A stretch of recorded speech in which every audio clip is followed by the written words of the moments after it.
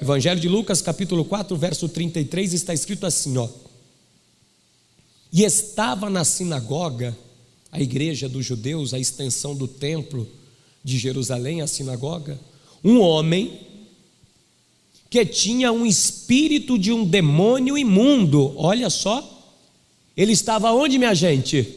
Dentro da igreja. Ele estava dentro da sinagoga. Mas ele estava dentro da sinagoga, mas ele tinha o quê? Um espírito demoníaco imundo sobre ele, que ele mesmo não sabia que tinha. Olha só, ele mesmo não sabia que estava sob uma influência demoníaca. Tudo que ele fazia era uma ação demoníaca na vida dele. E ele achava que, não, eu estou na igreja, eu estou indo nos cultos todos os sábados. Ele era, olha só, ele só ia nos sábados. Isso, a pessoa muitas vezes diz, só vou para o domingo na igreja. Domingueiro, esse aqui era sabatista, só ia no sábado. Culto na semana, ele, não precisa ir não, já vou todo domingo, né? Já estou lá na sexta-feira, não preciso ir quarta. Mas você nunca sabe quando o demônio vai voltar para tomar a casa que ele considera dele. Então aquele homem estava ali, mas ele mesmo não sabia que era influenciado por um demônio. Olha só, e este exclamou em alta voz. Ninguém esperava, acho que todo mundo ficou espantado. Nossa, a gente achava que ele era de Deus. Nossa, esse homem estava aqui sempre louvando a Deus, estendia as mãos, devolvia dízimo, ele orava, estava aqui todo sábado na sinagoga. Olha, mas era um demônio que estava usando ele, e tudo que ele fazia através das mãos e falava era sobre influência de quem? Demoníaca. Nossa, minha gente, isso eu estava lendo hoje, eu fiquei espantado com isso. Fiquei muito espantado. E olha que eu já ministrei isso aqui várias vezes. Já preguei várias, de libertação, de cura, de várias coisas, vários temas. Mas olha só, e este exclamou em alta voz, dizendo: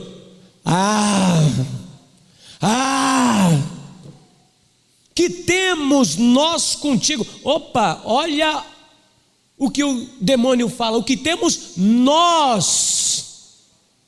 Não é só um, tem mais ali dentro.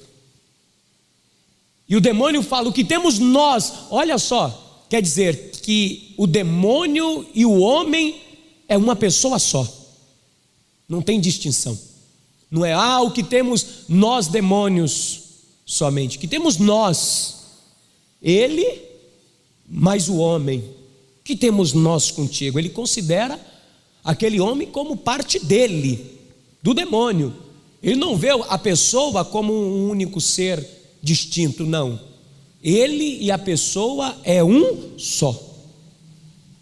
Ele declara, que temos nós contigo, Jesus Nazareno, vieste a destruir-nos. Ou seja, você veio dar um basta no meu processo de destruição, me destruindo. E o demônio declara, bem sei quem és. O demônio conhece Jesus. Bem sei quem és, o Santo de Deus. Amém? Você crê que Jesus também é o Santo de Deus? Então eu vou ler novamente Lucas 4, 33 e o 34, hein? Estou aqui no Evangelho de Lucas, capítulo 4, verso 33 e 34. E estava na sinagoga um homem que tinha um espírito de um demônio imundo. E este exclamando em alta voz, dizendo: que temos nós contigo, Jesus Nazareno? Vieste a destruir-nos? Bem sei quem és. Olha, bem sei quem és, o Santo de Deus. Diga glória a Deus. Os demônios reconhecem a autoridade de Jesus e estremecem, hein, minha gente? O demônio sabe quem é Jesus e respeita quando Jesus está num lugar de culto. Ele reconhece. Eu vou ler agora o versículo de número 33 e todos repetem comigo juntos. Vamos lá. E estava na sinagoga um homem que tinha um espírito de um demônio imundo, e este exclamou em alta voz, dizendo: que temos nós contigo, Jesus Nazareno? Vieste a destruir-nos? Bem sei quem és. Diga: bem sei quem és. Bem sei quem és. O Santo de Deus. Quem crê que Jesus é o Santo de Deus? Então você que crê que Ele é o Santo de Deus, desocupe as tuas mãos e vamos dar a melhor salva de palmas para o Santo de Deus agora. Vamos aplaudir mesmo, minha gente, com toda a força. Vai aplaudindo e vai dando glória ao nome do Senhor. Vai abrindo a tua boca e vai dizendo glória, glória, glória, glória, glória a Deus. Isso, vai aplaudindo e vai glorificando. Vai aplaudindo e exaltando a palavra de Deus agora. Isso, vai glorificando, igreja. Vai aplaudindo e dando glória. Abre a tua boca e se derrame diante do Santo de Deus. Isso, aplaude e glorifica. Vai dizendo: Senhor, me enche do teu Espírito Santo enquanto a tua palavra estiver sendo pregada. Isso, aplaude e dá glória. Senhor nosso Deus e Pai Todo-Poderoso, meu Deus, a tua palavra vai ser pregada agora e nós queremos ouvir a tua voz e o teu Espírito. Então, meu Deus, vem com teu Espírito Santo. Tome a boca deste pregador, tome a vida deste mensageiro e envie esta palavra com virtude, com poder e autoridade, e que esta palavra ela vá e faça nova todas as coisas, em nome do Senhor Jesus. Digam amém, Jesus. Digam glória a Deus. Pode se assentar, por favor. Minha gente, Jesus chega em Cafarnaum após sofreu uma represária forte em Nazaré, porque as pessoas de Nazaré o rejeitam, não o aceitam e nem crer nele, são incrédulos, o povo de Nazaré. E o povo de Nazaré tenta matar Jesus, lançando-o de sobre um monte. Foi quando Jesus se retira e vai habitar na região de Cafarnaum, na Galileia, região marítima. Só que toda a Galileia, inclusive Nazaré, e todas as outras demais cidades daquela região, é composta de um povo misto, que ocorreu logo quando a Síria, o povo sírio, conquistou aquela região, tempos antes de Jesus. E houve casamentos mistos entre o povo de Israel com os demais povos em volta. Então foi a Galileia sendo desenvolvida, a população, sendo uma mistura de gente, sem aquela pureza que existia na Judéia. O povo da Galileia era um povo misto. E aí eles intitularam a Galileia como a Galileia das nações, a Galileia dos gentios. A palavra gentil é goim, povos de outras nações. E tem uma profecia bíblica 700 anos antes do nascimento de Jesus, que dizia que aquele povo habitava a região da sombra da morte. Era um povo que andava em trevas. Eu quero que você volte comigo aqui no texto, em Lucas 4:31, verso 31, mostra que Jesus desceu a esta cidade, Cafarnaum. Olha só, verso 31. E desceu a Cafarnaum, cidade da Galileia. Então Jesus está na região da Galileia. Cafarnaum é mais uma cidade. Para você entender melhor, seria como Galileia, a região sudeste, composta por Rio de Janeiro, Minas Gerais, Paraná e assim por diante. Como se fosse uma região norte, nordeste, centro-oeste, sul. Então, a Galileia era uma região composta por várias cidades. E uma dessas cidades aonde Jesus foi, Cafarnaum, saindo de Nazaré. E quando ele chega nesta Galileia, a profecia de 700 anos antes, eu quero que você vá comigo, no livro do profeta Isaías, capítulo 9, e veja a profecia de 700 anos que já indica aquela região como uma região de trevas. Uma região onde o povo está submetido a trevas. Isaías capítulo 9, versículo de número 1. Quando Isaías fala do advento do Messias. Isaías capítulo 9, versículo 1. Diz assim: mas a terra que foi angustiada não será coberta de trevas. Em algumas traduções, entenebrecida, quer dizer coberta de trevas. Aquela terra, aquela região que foi angustiada, que estava vivendo sobre angústia, sobre pressão, não estará mais debaixo de trevas. Ele envelheceu nos primeiros tempos, a terra de Zebulon e a terra de Naftali, mas nos últimos a enobreceu, ou seja, ia chegar um tempo que Deus iria engrandecer as pessoas daquela região, que estava coberta em trevas, junto ao caminho do mar, além do Jordão, a Galileia dos gentios.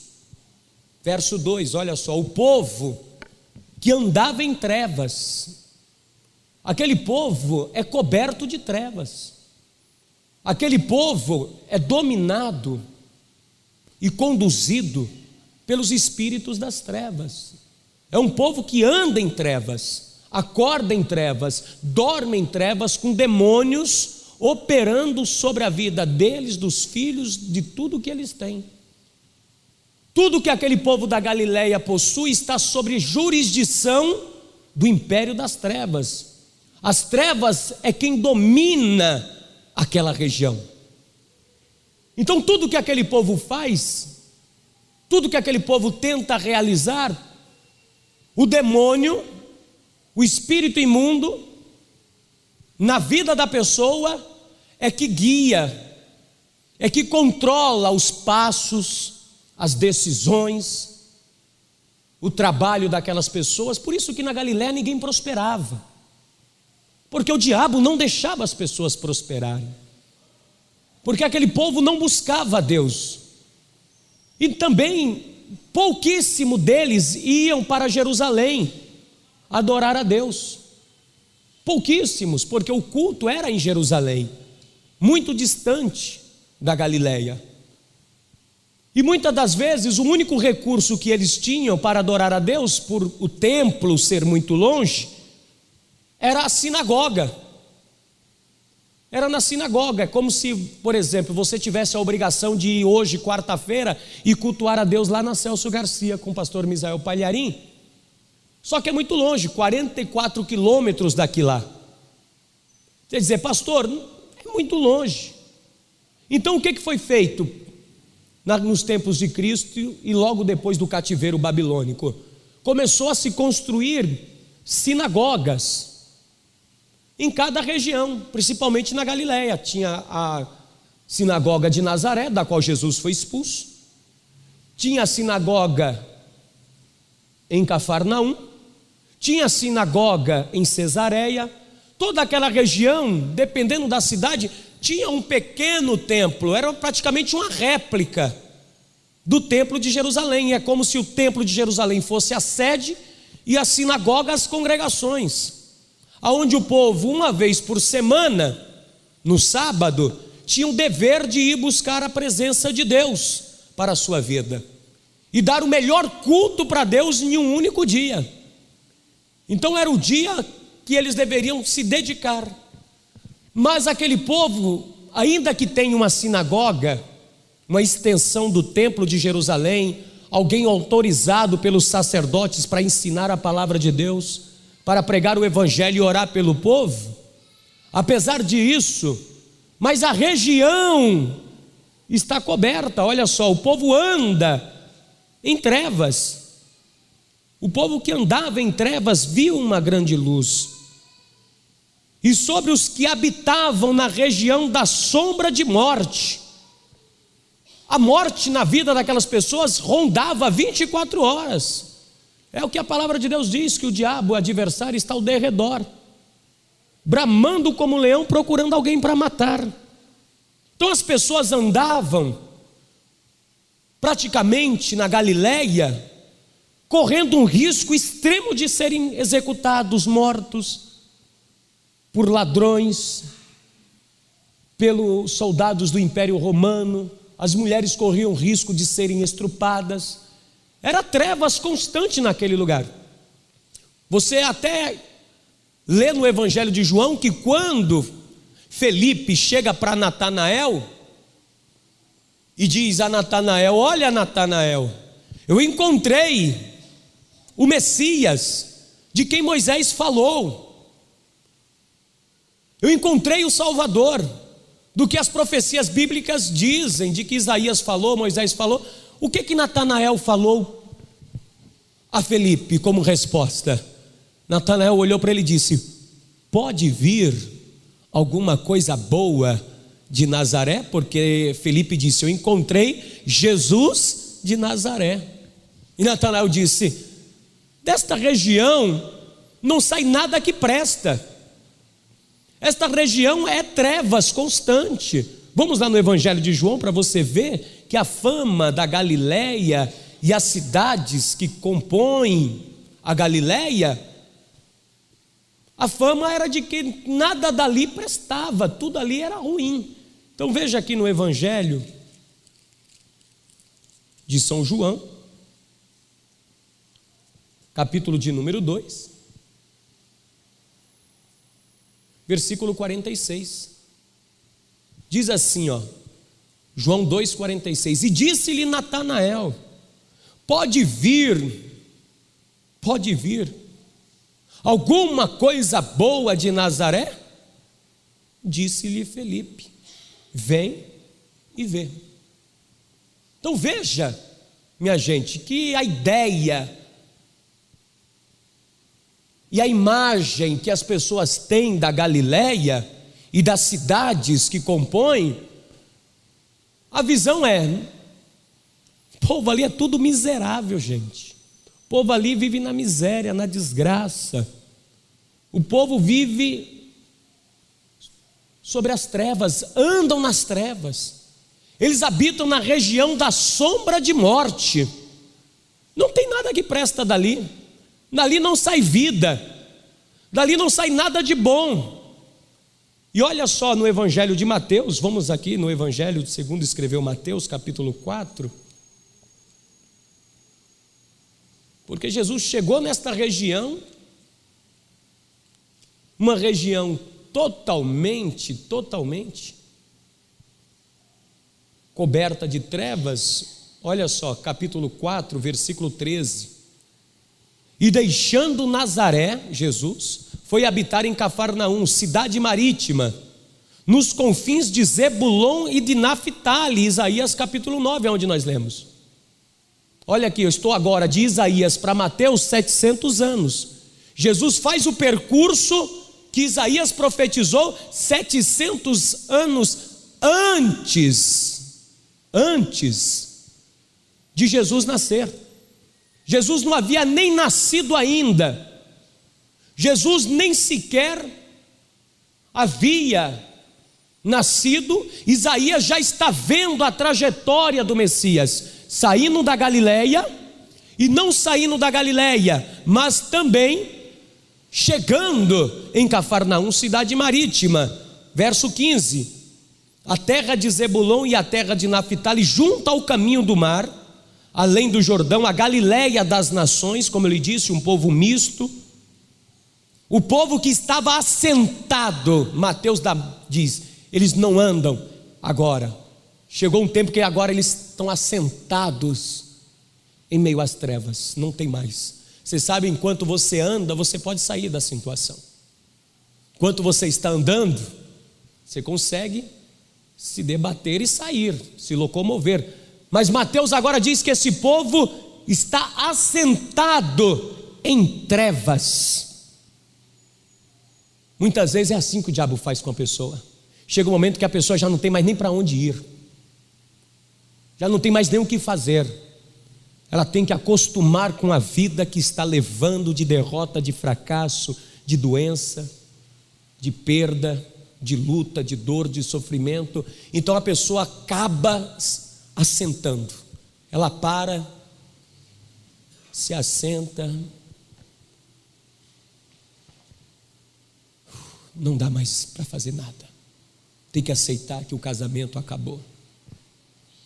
Tem que aceitar que esta doença chegou para ficar. Eu tenho que aceitar que eu já perdi meu filho para as drogas, não tenho o que fazer mais com ele. Eu tenho que acostumar em ver meu filho chegar em casa cheirado, bêbado, espancando, me batendo. Eu tenho que agora acostumar, me assentar e ver meu filho chegar, meu esposo chegar bêbado, com marcas de batom, de uma noite de prostituição. Eu tenho que me assentar, porque as trevas já cobriu ela, já fez com que ela parasse de andar, e agora ela se assenta, esperando só o pior do pior acontecer, a morte. Porque quem habita na região da sombra da morte é o que deve esperar, a morte. O povo da Galileia está assim, dorme, não sabe se acorda. A semana começa, não sabe se vai terminar. O mês começa, mas não sabe se vai terminar o mês. Então o povo está assentado em trevas, mas aquele povo não percebe mais que está em trevas. Aquele povo já se acostumou tanto a viver nas trevas, que está acostumado.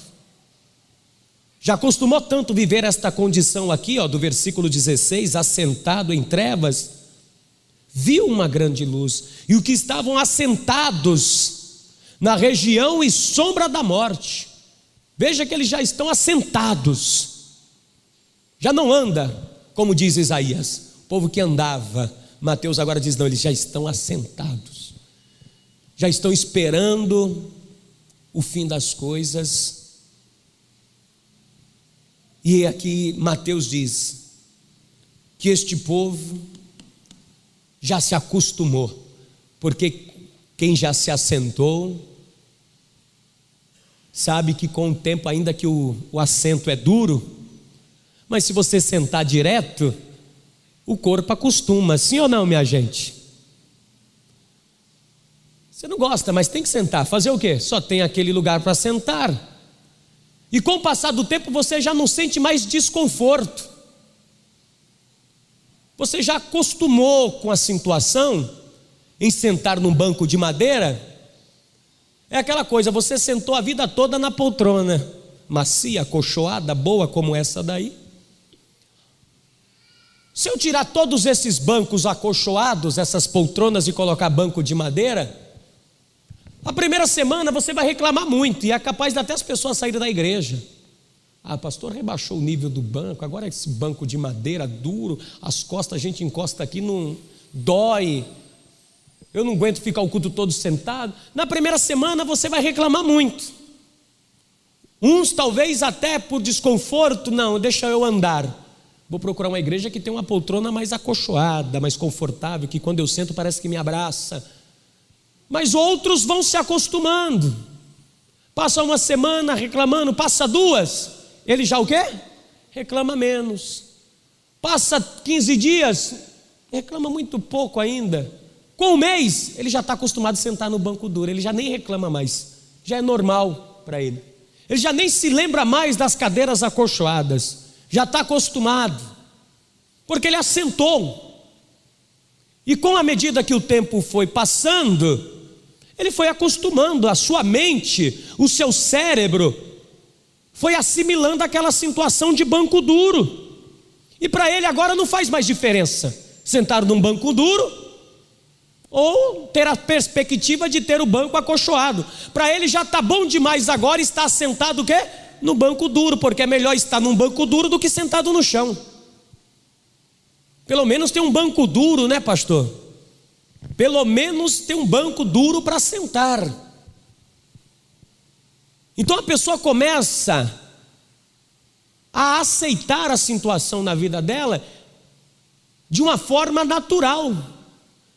Mas não é porque Deus está impondo esta condição para ela, mas é porque um espírito imundo, os demônios que estão naquela região, que está impondo aquela condição para aquele povo.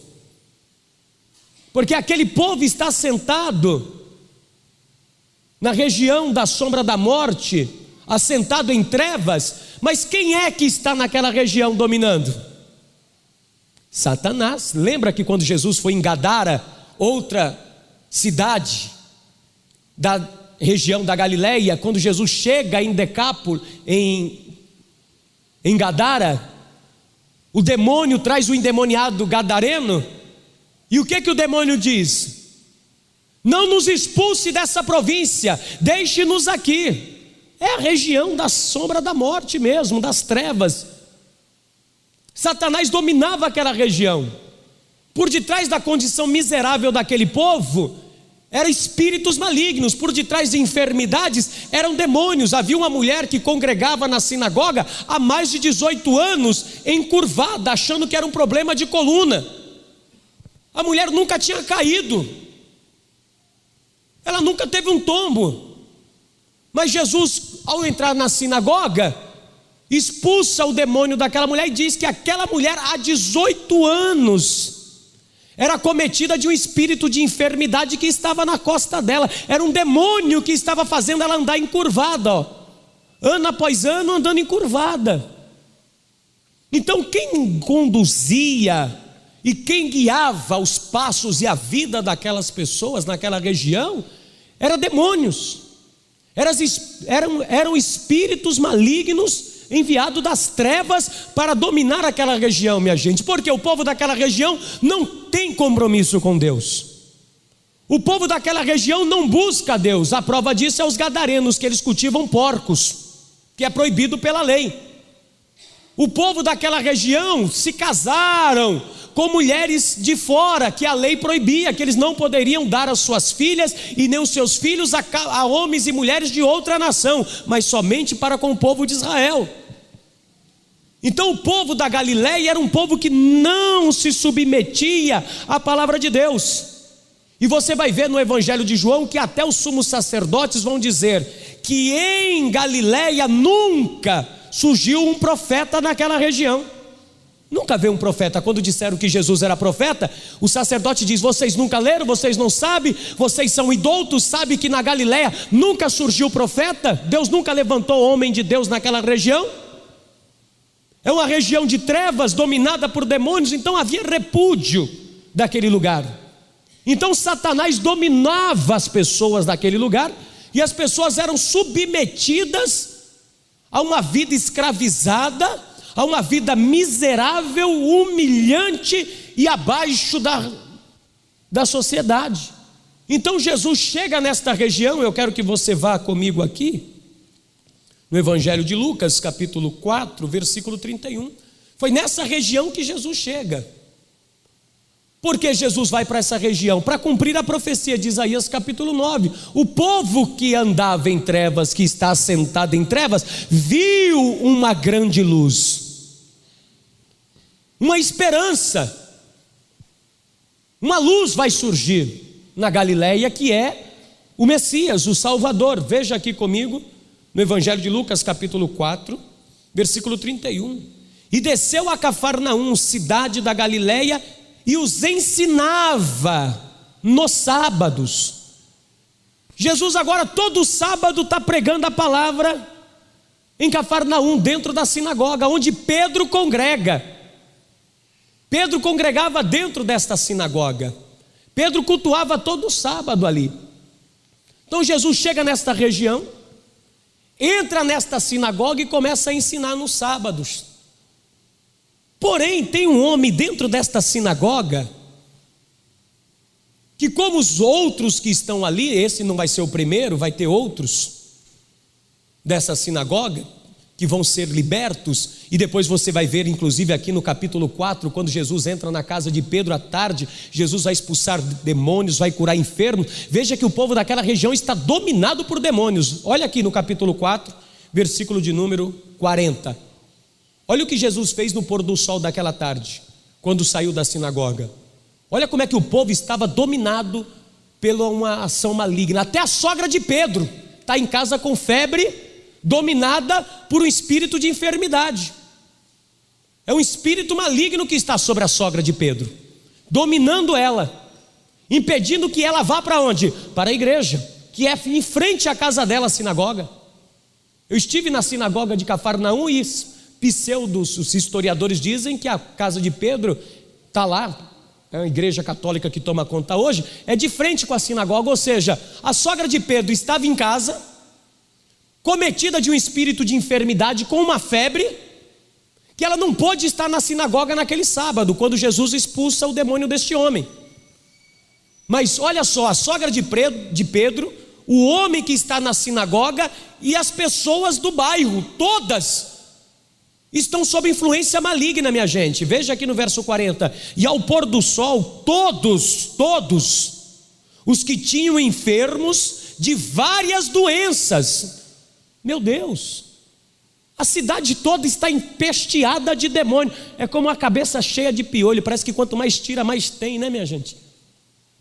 É uma praga. O povo estava sob uma influência demoníaca terrível, e ninguém até então, antes de Jesus chegar, sabia de que estava ocorrendo. Todo mundo estava vivendo uma vida achando que era o quê? Normal. Trabalhando, vendendo, negociando, indo para a igreja todo sábado. Mas quando Jesus chega, começa a aparecer doente, a coisa começa a pipocar, problema um atrás do outro. Olha só, versículo 40. Todos os que tinham enfermos de várias doenças, lhes traziam, e impondo as mãos sobre cada um deles os curava. E também de muitos saíam demônios, clamando e dizendo: Tu és o Cristo, o Filho de Deus. E ele, repreendendo-os, não os deixava falar, pois sabiam que ele era quem? O Cristo. Então olha só como é que está Cafarnaum, minha gente. Olha como é que está Galileia. Todos que estão morando ali, desde a sogra de Pedro a todos que estão naquela região, estão sob uma influência o quê? Demoníaca. Mas eles estão na igreja, estão ou não estão? Esse povo estava tudo aqui, ó. Versículo de número 32, ó. E admiravam-se da sua doutrina, porque a sua palavra era com autoridade. Essas pessoas estavam tudo dentro da igreja. O culto na sinagoga é de manhã, no sábado pela manhã. Todo esse povo que Jesus curou, no versículo de número 40 e 41, a sogra de Pedro, mais o endemoniado dentro da sinagoga, todos eles achavam que estavam vivendo uma vida o quê? Normal. Mas agora, com a revelação da palavra, você está vendo que antes de Jesus chegar ali, quem é que está dominando a vida deles por detrás? Na verdade, aquele povo, está sendo uma marionete dos espíritos imundos. Tudo que aquele povo está fazendo e realizando é sobre uma influência demoníaca.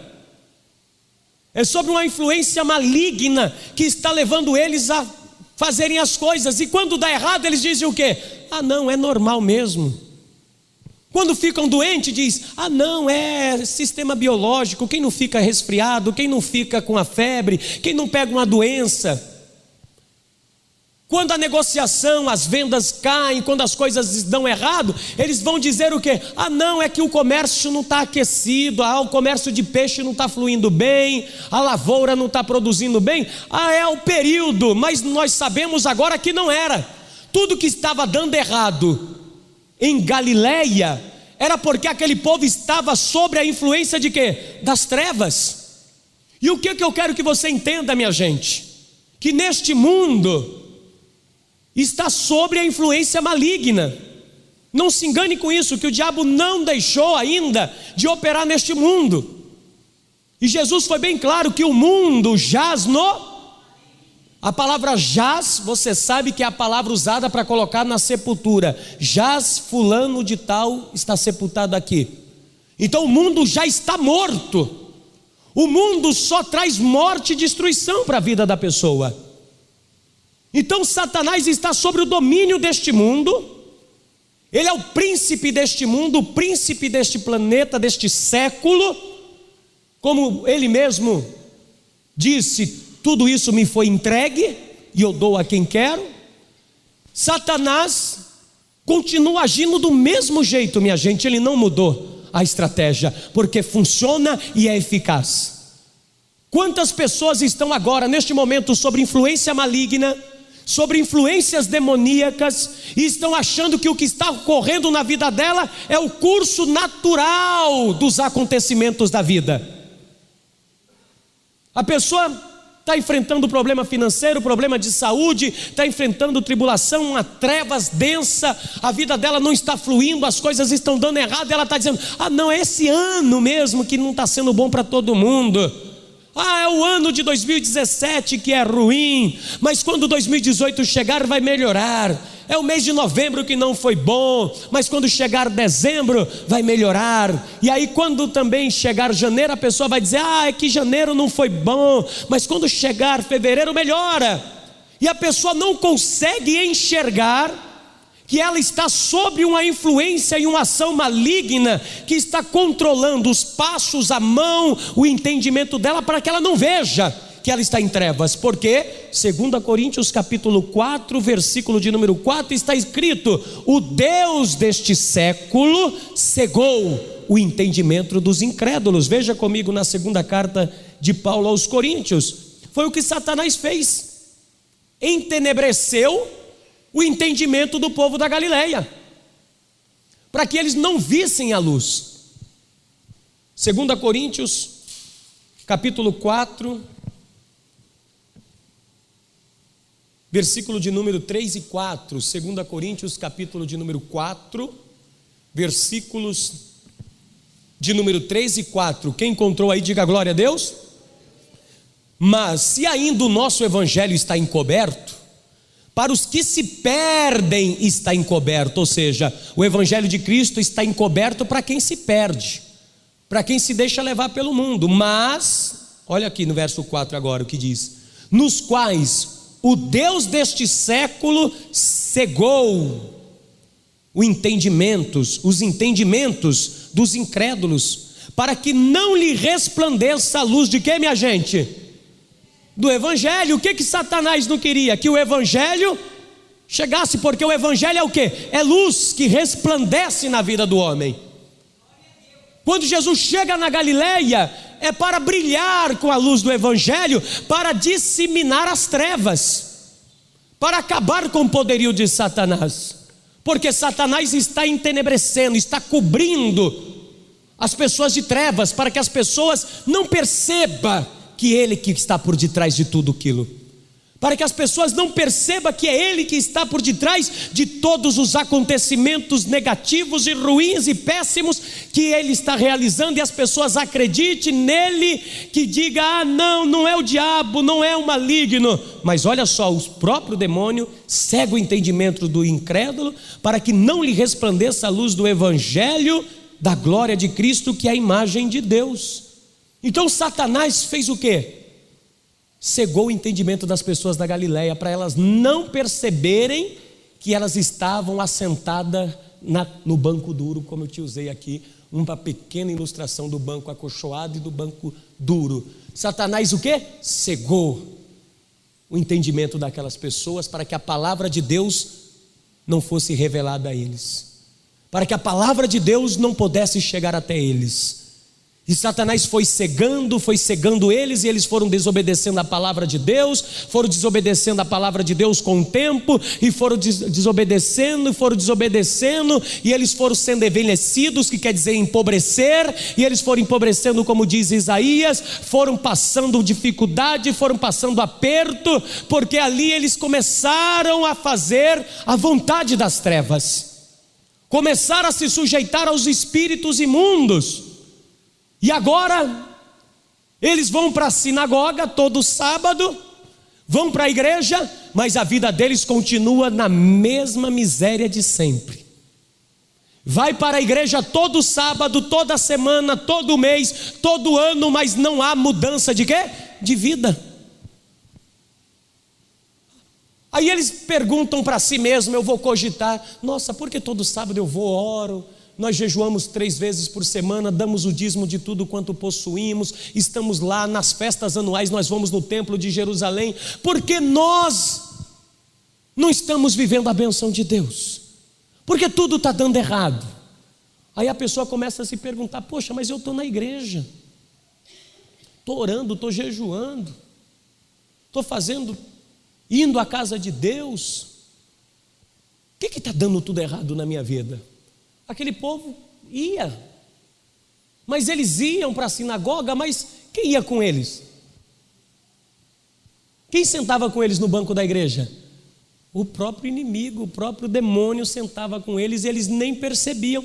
Eles estão louvando a Deus, adorando a Deus, buscando a Deus, mas o diabo também está ali com eles, e ninguém percebe isso, minha gente.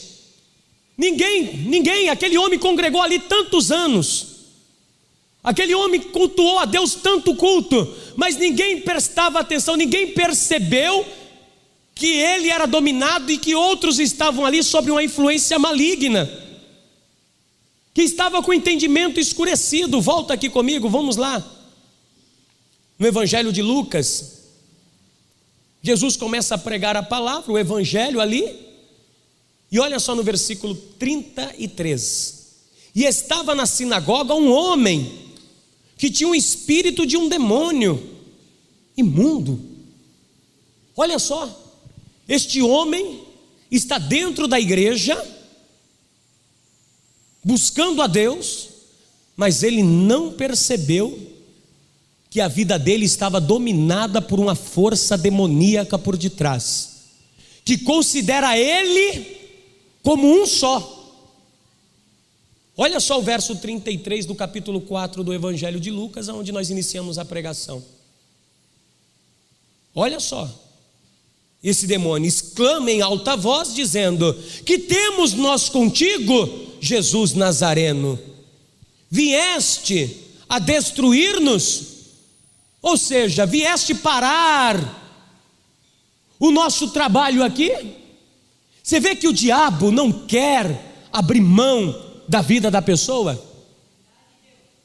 que o diabo não quer abrir mão da tua vida, que ele quer continuar te enganando, que ele quer continuar fazer você acreditar que só o fato de você vir à igreja, você já está abençoado. Ele quer que você acredite que só basta vir na igreja, cantar alguns hinos, ouvir a palavra, como esse homem ouvia todo sábado a lei de Moisés, mas não havia mudança na vida dele e nem das pessoas que estão na sinagoga, porque o diabo cegou o entendimento deles. Eles estão ali, mas não estão crendo, minha gente. Eles estão ali, mas estão incrédulos, céticos acerca da palavra de Deus. É só mais um encontro religioso e um aglomerado de gente. Mas quando ali a luz chega, as trevas não suportam, porque quem vai se sentir incomodado não vai ser as pessoas que estão ali. As pessoas que estão ali não vão sentir em nenhum momento incômodos com a presença de Jesus. Quem vai se incomodar com a luz que chega ali é os espíritos imundos, porque aonde a luz chega, as trevas não permanecem. As trevas não podem permanecer, e Ele é a luz do mundo, que ilumina todo homem. Veja só, quem chegou em Cafarnaum agora foi a luz. Olha só no Evangelho de João. Vamos lá no Evangelho de João, capítulo de número 1. Olha só quem havia chegado agora ali para incomodar as trevas. Alguém que tinha luz própria, alguém que carregava a luz em si. E aquela luz incomodou imediatamente o demônio. O demônio se sentiu logo incômodo quando Jesus entra à sinagoga. Os demônios perceberam que em Jesus havia luz. Olha só, Evangelho de João, capítulo 1, versículo de número 4. Quem encontrou, diga amém. Nele, em Jesus, estava a vida, e a vida era a luz dos homens. Nele estava a vida. Na Galileia só tem morte, é a região da sombra da morte, povo que está sentado em trevas. Mas quem chegou ali? A vida. A vida chega, e esta vida é a luz dos homens, e a luz resplandece nas trevas, e as trevas não a compreenderam. As pessoas não entenderam, porque agora, com a chegada de Jesus, eles estão sem entender o que está acontecendo. Está confrontando, mas até então estava tudo normal, ninguém gritava na sinagoga. Agora as pessoas estão ficando endemoniadas, cura para todo lado, as pessoas estão sendo curadas. A luz chegou e começou a brilhar.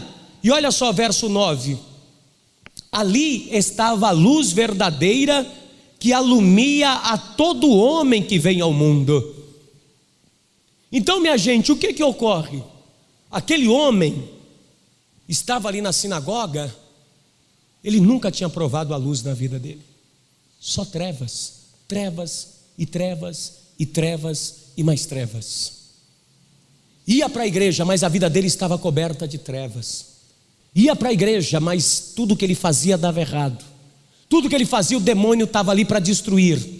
Tudo que ele colocava a mão, o diabo destruía. Porque em João 10:10, a parte B do versículo, Jesus diz que o diabo vem senão a matar, roubar e destruir. Então tudo que aquele homem colocava a mão destruía. Tudo que aquele homem ia fazer acabava em destruição. Tudo que aquele homem tinha era roubado, era saqueado. Ele andava em trevas. João 10:10, a parte A do versículo. O diabo vem senão a matar, roubar e destruir. A vida dele é isso, dia após dia, mês após mês, tudo dando errado, tudo voltando para trás. Mas naquele dia de sábado, aquele homem que estava ali achando que estava buscando a Deus e que a vida dele estava dando errado, porque era natural dar errado, apareceu a luz do mundo que ilumina todo homem. E quando Jesus entrou ali, não foi o homem que ficou incomodado, não foi as pessoas que ficaram incomodadas, mas quando Jesus pisou o pé ali, os demônios, ao olhar para Jesus, eles viram o Espírito Santo de Deus que havia descido sobre Jesus para ungir com poder e autoridade, para fazer o bem a todos e curar a todos os oprimidos do diabo, porque Deus era com ele, com o Senhor Jesus Cristo. O diabo só respeita quem tem o brilho do Espírito Santo de Deus em sua vida. Diga glória a Deus. Pode aplaudir ao Senhor Jesus Cristo.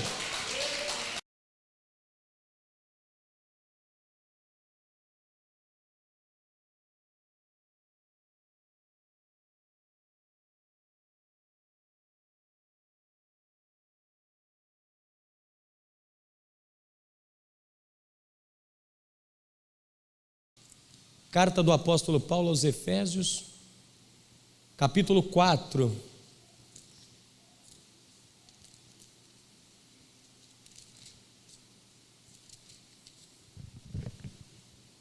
Versículo de número 17. Olha só, muitas vezes a pessoa acredita que está portando a luz de Deus, mas na verdade o diabo é que está por detrás, controlando a vida da pessoa, regendo a vida da pessoa. Efésios 4:17 diz assim: digo isto e testifico no Senhor, para que não andeis mais como andam também os outros gentios, Nós não devemos andar como as nações andam, na vaidade do seu sentido, entenebrecidos, ou seja, cobertos de trevas no entendimento, separados da vida de Deus pela ignorância que há neles, pela dureza do seu coração. Ou seja, se você tem um coração duro e é incrédulo, você anda coberto de trevas, entenebrecidos, os quais, havendo perdido todo o sentimento, toda a sensibilidade, se entregaram à degradação, à dissolução, para com desejos fortes, com desejos intensos, cometeram toda a impureza. Verso 20: mas vós não aprendestes assim a Cristo, se é que o tendes ouvido e nele fostes ensinado, como está a verdade em Jesus, que quanto ao trato passado, vos despojei do velho homem, que se corrompe pelos desejos do engano, e vos renoveis no espírito do vosso sentido, e vos revistai do novo homem, que segundo Deus é criado em verdadeira justiça e santidade. Pelo que deixai a mentira. Então a pessoa que mente está coberta de trevas, o mentiroso está endemoniado. Ah, mas eu estou na igreja, mas mente, está endemoniado. Se mente, está endemoniado, não tem conversa. Ô pastor, mas eu estou na igreja, estou louvando, estou cantando, estou pregando, é mentiroso? Está endemoniado. Deixai a mentira, falai a verdade um ao outro, com o seu próximo, porque somos membros um do outro. Irai-vos, a pessoa que ira e peca, dá lugar ao diabo. Olha só: irai-vos e não pequeis, não se põe o sol sobre a vossa ira, não deis lugar a quem? Ao diabo. Você vê que a pessoa pode dar lugar para o diabo, o Espírito Santo sai e quem domina a vida dela é o diabo. Aí a pessoa pensa: ah, mas eu estou na igreja, mas é o diabo que está conduzindo a vida dela, é o diabo que está guiando a vida dela. Aquele que furtava, não furte mais, antes trabalhe fazendo com as mãos o que é bom, para que tenha com que repartir com o que tiver necessidade. Não saia da vossa boca nenhuma palavra de duplo sentido. Ou seja, se sair palavras de duplo sentido da tua boca, palavrão, palavras lisonjeiras, está endemoniado. É fácil identificar uma pessoa que está conduzida pelo demônio, você está vendo? Mas muitas vezes a pessoa não está conseguindo o quê? Enxergar que está sob uma influência maligna, porque ela não vê. Satanás cega ela, cobre ela de trevas, de maneira que ela não enxerga que ela está fazendo essas coisas, mentindo, irando, pecando, furtando, palavras torpes, mas só o que for boa para promover a edificação, para que dê graças aos que a ouvem, e não entristeçais a quem, minha gente? Não entristecer a quem? Se você entristece o Espírito Santo, o que é que ele faz? Se retira. Se ele se retira, quem é que chega? O diabo, as trevas. Aí você vai ficar, vem o Espírito, sai o Espírito, entra o diabo, sai o diabo, entra o diabo, sai o diabo, entra o Espírito. Que negócio é esse? Vai ficar canalizando agora espíritos malignos, demônio que leva você a furtar, a roubar, a ficar doente, a falar palavrão, a te incitar a fazer as coisas? Não entristeçais o Espírito Santo, os quais estáis selados para o dia da redenção. Toda amargura, olha aí, a amargura é um sinal de que a pessoa está sendo dominada pelo diabo. Uma pessoa amargurada não tem o Espírito Santo de Deus. A pessoa guarda um monte de amargura, guarda um monte de ira no coração, não libera perdão, está endemoniado. Pastor, quem é que está dizendo isso? A palavra. Porque aquele homem estava dentro da igreja, quem era que estava dominando ele? O diabo. Toda amargura e ira e cólera e gritaria e blasfêmias e toda malícia seja tirada de entre vós. Antes sede uns para com os outros benignos, misericordiosos, perdoando-vos uns aos outros, como também Deus vos perdoou em Cristo. Não pode dar lugar ao diabo. Você não pode permitir que o diabo esteja fazendo da tua vida um instrumento dele aqui na terra, porque tem muitas pessoas sendo instrumento das trevas e não sabe, minha gente, porque o diabo cega 2 Coríntios 4,4, Deus desse século cegou. E aí muitas vezes você já sentou e já diz: é natural, depois eu peço perdão. É natural ficar amargurado, pastor. Não é natural. Natural é você ter o coração santificado pela presença do Espírito Santo de Deus 24 horas na tua vida, em nome de Jesus Cristo. Paulo diz: não vos embriagueis com vinho aonde há contenda, mas enchei-vos do Espírito Santo de Deus. Se você foi lavado, purificado, se você foi limpo, você agora tem que estar cheio só do Espírito Santo de Deus. A tua vida não tem que ter espaço para mais nada. A tua vida só tem que ter espaço para uma coisa, para a palavra de Deus, que no Salmo 119, verso 105 está escrito: lâmpada para os meus caminhos é a tua palavra, e luz para toda a minha vida. Lâmpada para os meus pés e luz para o meu caminho é a tua palavra.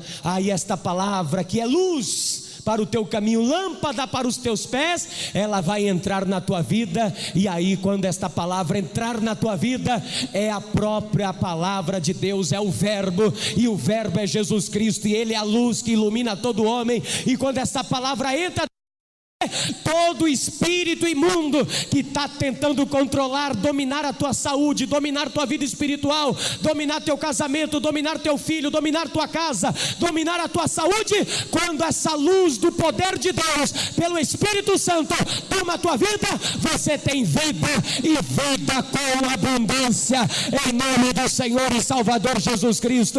Você tem uma vida abençoada, e as trevas são dissipadas de sobre a tua vida. Tua vida é dominada pela luz de Deus, porque nele estava a vida, e a vida era luz para todo homem. Nós vamos buscar agora o Espírito Santo. O Espírito Santo é o que nos ilumina, ele que nos faz resplandecer. É ele que, quando o diabo olha, diz: não dá para entrar nesta casa porque já está ocupada. Quando o diabo olha para a vida de alguém, ele logo discerne rápido se essa pessoa está cheia do Espírito ou não. Se não tiver, ele entra. E ele entrando, a primeira coisa que ele vai fazer é te cegar, para que você não veja a luz do Evangelho, para que você diz: não, é assim mesmo que eu tenho que viver. Não, não é assim. Você não é assim para viver. Você foi feito para ter vida, e vida com abundância. Porque João 10, verso 10, a parte B do versículo diz: eu vim para que tenham vida e a tenham com abundância. Porque o povo que estava sentado nas trevas viu uma grande luz, e aquele povo começou a ver que ainda tinha jeito para eles, porque eles deixaram agora a palavra de Deus começar a entrar, e a palavra de Deus começou a iluminar a vida deles, e os olhos foram abertos. E quando os olhos foram abertos, eles começaram a reconhecer Jesus como seu único, suficiente e exclusivo Salvador da vida deles, e eles passaram agora a ter uma vida totalmente liberta. Por isso que você não pode deixar de buscar o Espírito Santo. Que temos nós contigo. Olha só, como eu te disse, o diabo se fundiu com o homem, se era uma pessoa só. Que temos nós contigo. Você vê que a pessoa que está sob a influência demoníaca, ela não tem nada de Jesus. Não tem nada de Jesus nela. O que temos nós contigo? Que comunhão tem nós com você que é luz, Jesus? Vieste destruir-nos? Bem sei que tu és o Santo de Deus. Jesus olhou para o demônio e disse: cala-te, sai dele. O demônio se revolveu, o demônio saiu do rapaz, e todos ficaram admirados. Quem é este? Que autoridade é esta? Era a luz de Deus que estava resplandecendo sobre ele, porque ele é a brilhante estrela da manhã. Ele é o alfa e o ômega, o princípio e o fim. Ele é o Deus Todo-Poderoso. Quando você tem o Espírito Santo dentro de você, as trevas não vão te dominar. As trevas não terão poder sobre você. Então se coloque de pé agora, por gentileza.